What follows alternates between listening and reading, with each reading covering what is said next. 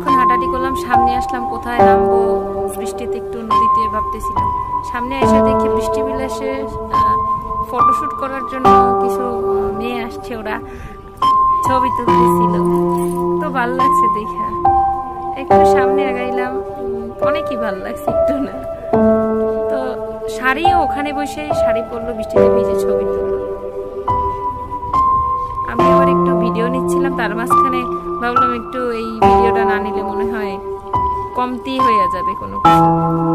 তো এরা ভিডিও টিডিও শেষ করলো, হয়তো বা সাথে ফ্রেন্ড ছিল বা বয়ফ্রেন্ড।